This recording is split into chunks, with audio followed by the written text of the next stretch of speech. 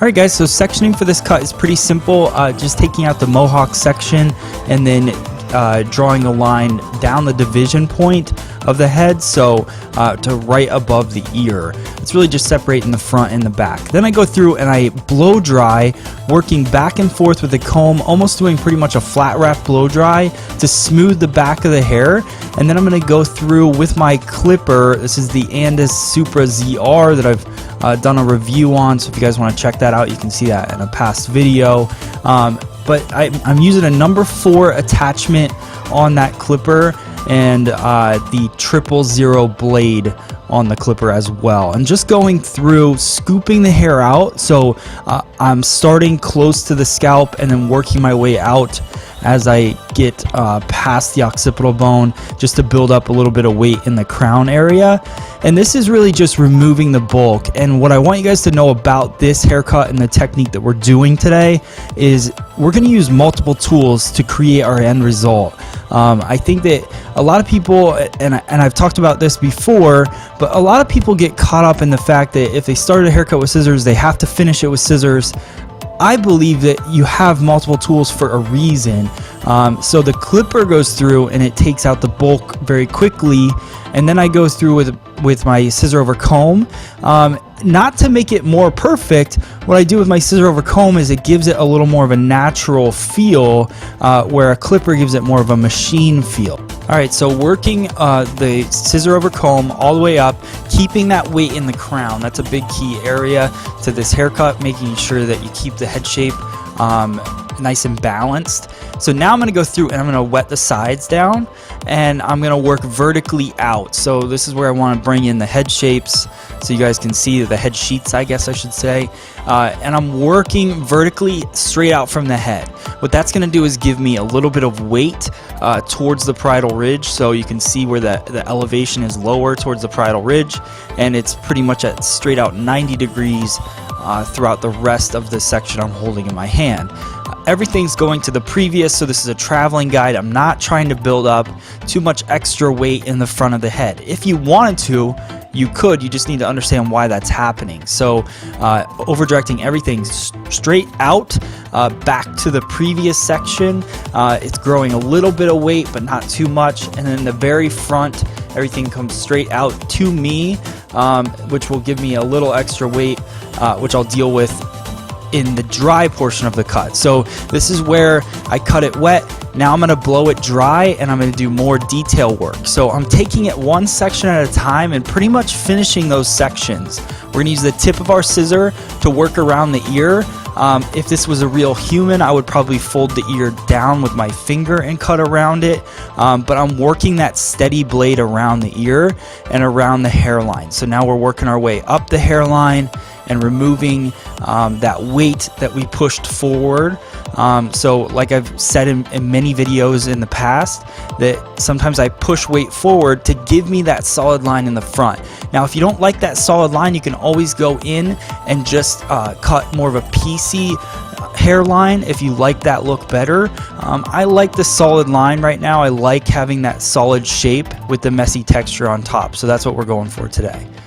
So going through same thing. So most of the weight is sitting up at the parietal ridge. Everything's coming straight out and slightly back to the previous section. And I'm just scooping the hair. So you'll notice that I always want to be combing the hair the same. This is one of the biggest mistakes that you'll see people making in hair cutting, is that their combing isn't consistent. I combed the hair away from the face on the other side, so now on this side I'm combing the hair away from the face as well. I want to keep that consistency throughout the haircut. So just over directing it back, that's going to push a slight bit of weight towards the front that you can see there. Now I blow it dry, and then I'll go through and do my dry detail work, keeping consistency within my haircut to get the best result. So just using that tip of that scissor, drawing whatever line I want. So if they want to leave a little bit of length around the ear, you can do that. That's what's great about over direction and elevation and all that stuff. You're putting weight where you want it, and then you can remove it later. So going through, taking out that hairline, drawing that nice solid line in there. Now we talked about using multiple tools. This is why now I'm going to go in with my trimmer. So I got the line that I wanted. Now I'm just detailing it even more. A trimmer is just like using a scissor. It's just a clipper has multiple blades on it, as opposed to a scissor, which is one blade. So you're gonna get a more solid line. If that's the effect you're looking for, then you go in with the trimmer. If you like the way that the scissor looks, then stick with that. Now I'm just dusting around the edges. You'll see kind of how that smooths out the edges of the haircut. This is just another detail technique that I like to do with the trimmer on my shorter haircuts, men's cuts, short women's cuts. It works really well to kind of define it. You look at how we cut hair, we usually lift it up to create a shape. Well, naturally the hair is going to lay down when you have that shape. So if you run the clipper over top of it, you're actually kind of etching in that shape even more. So just a cool technique to try out.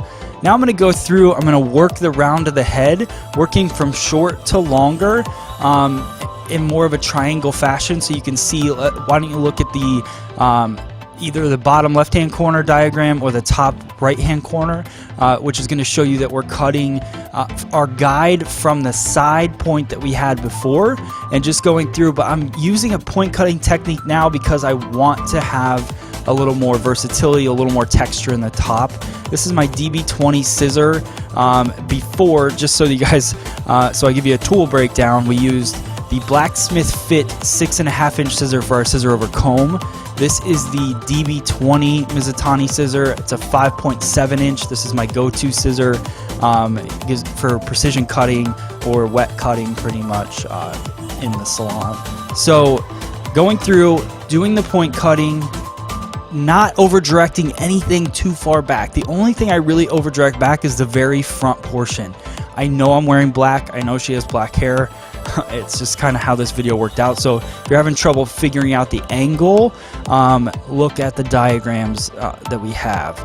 So just now, I also talked about consistent combing. You'll notice that I'm combing the hair back towards me the entire time. So just make sure that anytime you're cutting hair, you're consistently combing, because if I were to comb one side back towards me, the other side forward, I'm going to get different lengths within the haircut. So just going through, over directing it back to the previous, so it's a traveling guide. And then at the very end, I just over direct it a little bit more back just to push a little extra weight to the front, because I want to cut into the front in a different way. So that will make sense in a couple seconds. There's that lone piece of hair again. So we go through, finish up the point cut right in the front of the head. It's not looking like much now, but I'm going to go through and I'm going to blow dry it. This is the 338 YS Park comb, and just so you guys remember, all of these tools are available on freesaloneducation.com. So if you're looking to upgrade your tools, we have everything that I'm using.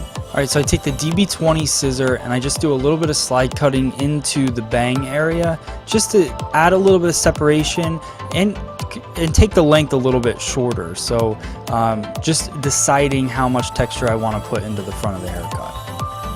Now we're going to take our Mizutani Type Z dual scissor and just slide through the top, working it at a diagonal. A lot of people do this with a scissor, but I just find doing it with a texture scissor has a little bit more safety to it, and also just removes the bulk that you're looking for, not really cutting too many lines in the haircut.